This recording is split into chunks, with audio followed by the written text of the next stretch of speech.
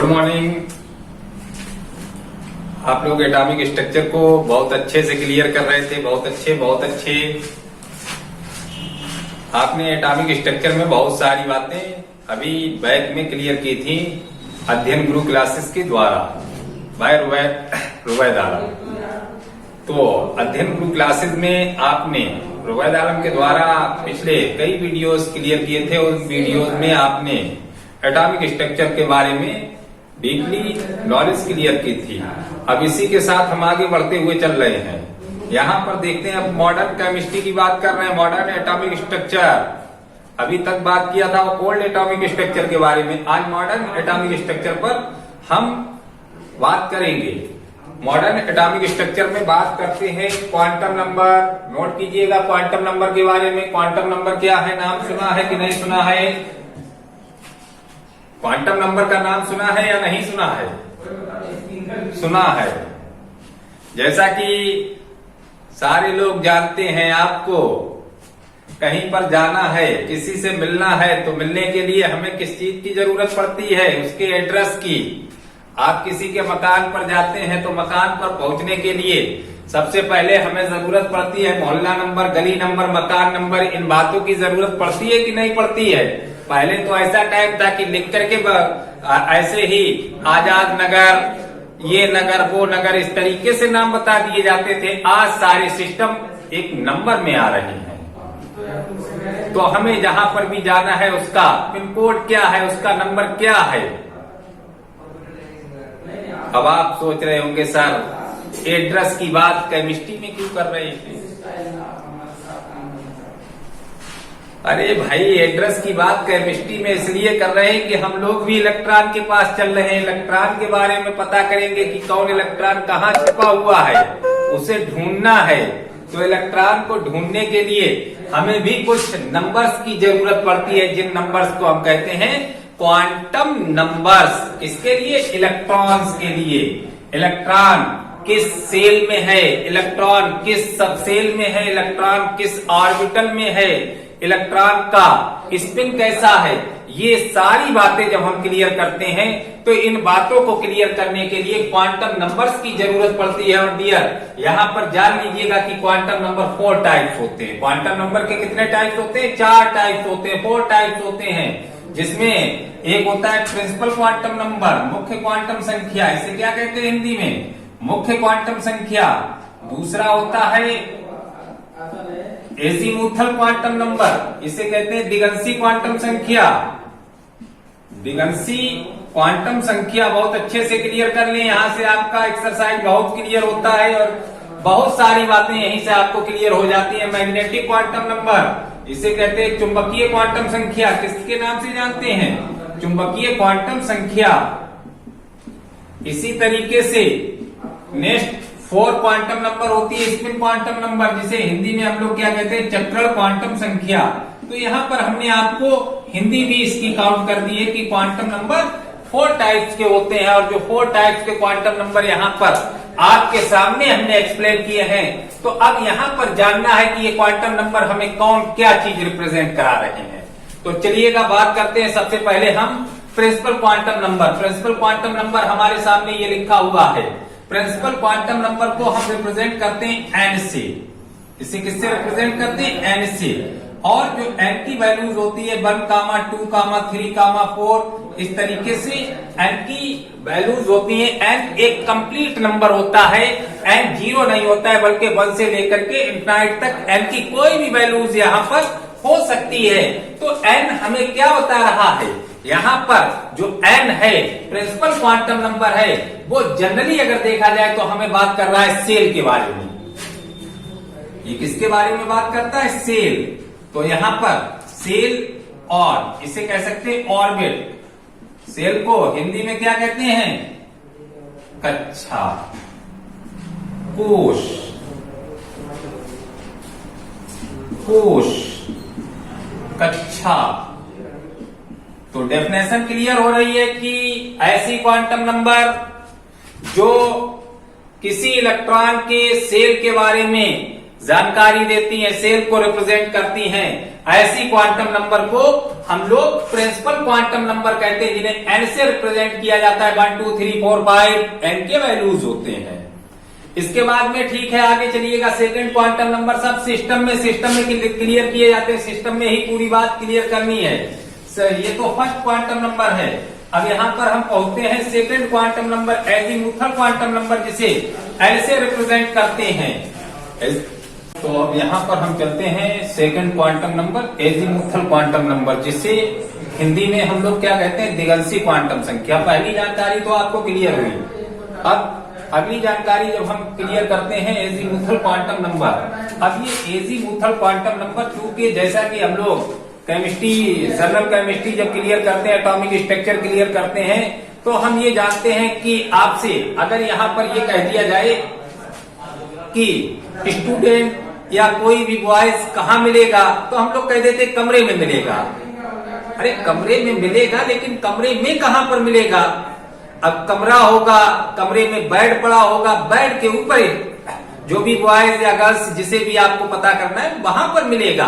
तो यहाँ पर हमने एक सेल, एक रूम, एक कमरे की बात कर ली थी। अब इसके बाद एजीमुथल क्वांटम नंबर में जब पहुंचते हैं तो ये वे क्वांटम नंबर होती हैं जो रिप्रेजेंट करती हैं सब सेल को। जनरली यहाँ पर क्लियर कर लीजिएगा, एजीमुथल क्वांटम नंबर जो रिप्रेजेंट करती हैं वो किसे, सब सेल को रिप्रेजेंट करती हैं। तो यहाँ पर हमें जानकारी हो रही है किसके बारे में, सब सेल के बारे में। सब सेल किसकी हम जानकारी यहाँ पर क्लियर कर रहे हैं, सब सेल, जिसे हम लोग क्या कहते हैं, उपकोष। जिसे क्या कहते हैं, उपकोष।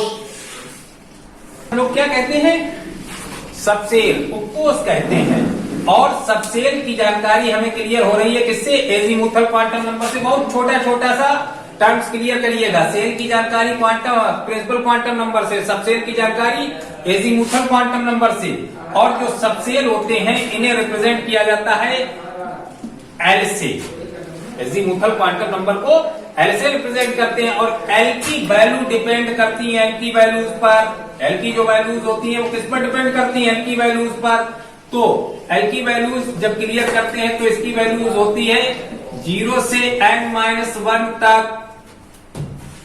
क्या फार्मूला आया, 0 से n-1 तक। अब जैसे यहाँ पर थोड़ी देर के लिए हम देख सकते हैं n इक्वल टू, अगर हम यहाँ पर 1 मान लें तो l equal to 0, n equal to अगर यहाँ पर 2 माने तो l equal 0,1, n equal to 3 मान लें तो l equal to 0,1,2, n equal to 4 मान लें तो l इक्वल टू 0,1,2,3। इस तरीके से हम L की वैल्यूज को काउंट कर लेते हैं। तो ये कहलाती है आपकी क्या, एजीमुथल क्वांटम नंबर। किसके नाम से जानी जा रही है, एजीमुथल क्वांटम नंबर से। और डियर यहाँ पर एक चीज और ध्यान रखिएगा, जैसा कि आपको बताया था कि n principal quantum number shell बता रही है, तो यहाँ पर ये बात भी अपने माइंड में सेटअप कर लें कि सेल की जितनी नंबर होती है उसमें उतने ही सब सेल होते हैं।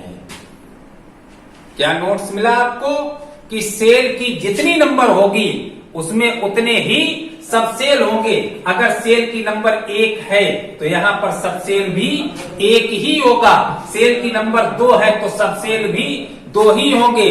अब आप ये सोच रहे होंगे कि 0 कौन सा सब सेल है, 1 कौन सा सब सेल है, 2 कौन सा सब सेल है। तो इनके लिए भी हम इंग्लिश के कुछ लेटर्स यूज में लाते हैं जिनसे सब सेल को रिप्रेजेंट कर देते हैं। और जो लेटर्स होते हैं हमारे पास में एस से रिलेशन है 0। यहां पर एल की वैल्यूज कितनी हो, 0, तो उसे क्या कहते हैं एस।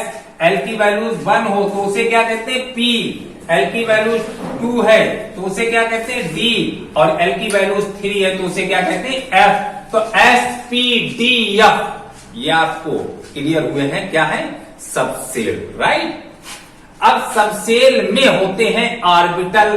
तो हम चलते हैं थर्ड क्वांटम नंबर पर, जिसे m से रिप्रेजेंट कर लिया जाता है। और ये हमें बताती है ऑर्बिटल्स के ओरिएंटेशन की जानकारी। यहां पर हमें मिलती है किसकी, ऑर्बिटल के ओरिएंटेशन की जानकारी। ऑर्बिटल जिसे हिंदी में कहते हैं कक्षक। एम से रिप्रेजेंट करते हैं, एम को भी क्लियर करने के लिए एल की जरूरत पड़ती है। एम को जब क्लियर करते हैं तो किसकी जरूरत पड़ती है? एल की। और इसके लिए फार्मूला जो रखा जाता है एम इक्वल टू होता है 2l + 1। जब एल की वैल्यू पता है तो M equal to 2l + 1। Openly अगर मान यहां पर देखें तो ओपनली मान इस तरीके से यहां पर क्लियर कर सकते हैं, -l से +l तक 0 सहित, या आप कह सकते हैं +l से -l तक 0 सहित, यहां से -l से +l या +l से -l। तो यहां पर इसे कैसे हम यहां पर फोकस करेंगे, कैसे क्लियर करेंगे? तो यहां पर भी कुछ एक्सरसाइज हम देख रहे हैं। अगर आपके पास में l इक्वल टू 1 है तो m equal to -1 0 +1। l equal to अगर आपके पास में 2 है तो m इक्वल टू -2 0 -1 0 +1 +2। तो यहां पर जो आप वैल्यूज देख रहे हैं, इस वैल्यूज से हमें क्या रिजल्ट मिला है? ये वैल्यूज हमें बता रहे हैं कि सबसेल में टोटल ऑर्बिटल्स 2l + 1 होते हैं। सबसेल में टोटल ऑर्बिटल 2l + 1, और ये नंबरिंग जो दी गई है वो प्रत्येक ऑर्बिटल्स की एक नंबर है कि किस ऑर्बिटल का नंबर कितना होता है। तो यहाँ पर l इक्वल टू 1, l का मतलब है p सबसेल। p सबसेल में कितने ऑर्बिटल्स हैं? 1 2 3। d सबसेल में कितने ऑर्बिटल हैं? 1 2 3 4 5।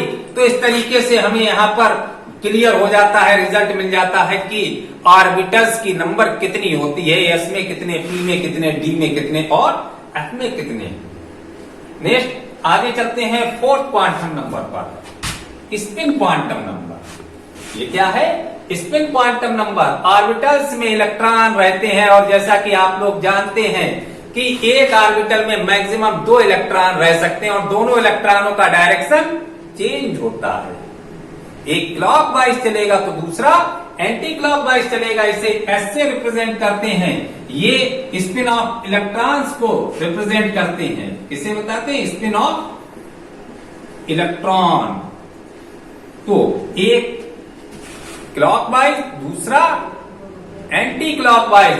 तो एस की वैल्यूज हर एम के लिए 2 वैल्यूज होती हैं। पहली वैल्यूज +½ और दूसरी वैल्यूज -½ होती है। कोई भी एम ले लिया जाए, प्रत्येक एम के लिए एस की 2 वैल्यूज +½ -½ +½ तो यहाँ पर आपके सामने हमने चारों क्वांटम नंबर क्लियर करके रख दिए हैं। अब आप किसी भी इलेक्ट्रॉन की तह तक जाना चाहते हैं, इलेक्ट्रॉन चोरी कर चुका है, चोरी करने के बाद में कहाँ छिपा हुआ है, तो हम ये एड्रेस लेकर के उसे जाकर के पकड़ देंगे और बता देंगे कि इलेक्ट्रॉन कहाँ पर है। तो हम उम्मीद करते हैं आपसे कि आपने क्वांटम नंबर्स का जो वीडियोस क्लियर किया है उसे ठीक से क्लियर किया। इसमें जो भी प्रॉब्लम्स आप महसूस करें, अध्ययन गुरु क्लासेस की ओर कमेंट्स करें और इसके आगे की नेक्स्ट वीडियोस में हम आपको जानकारी देते हैं। Thank you.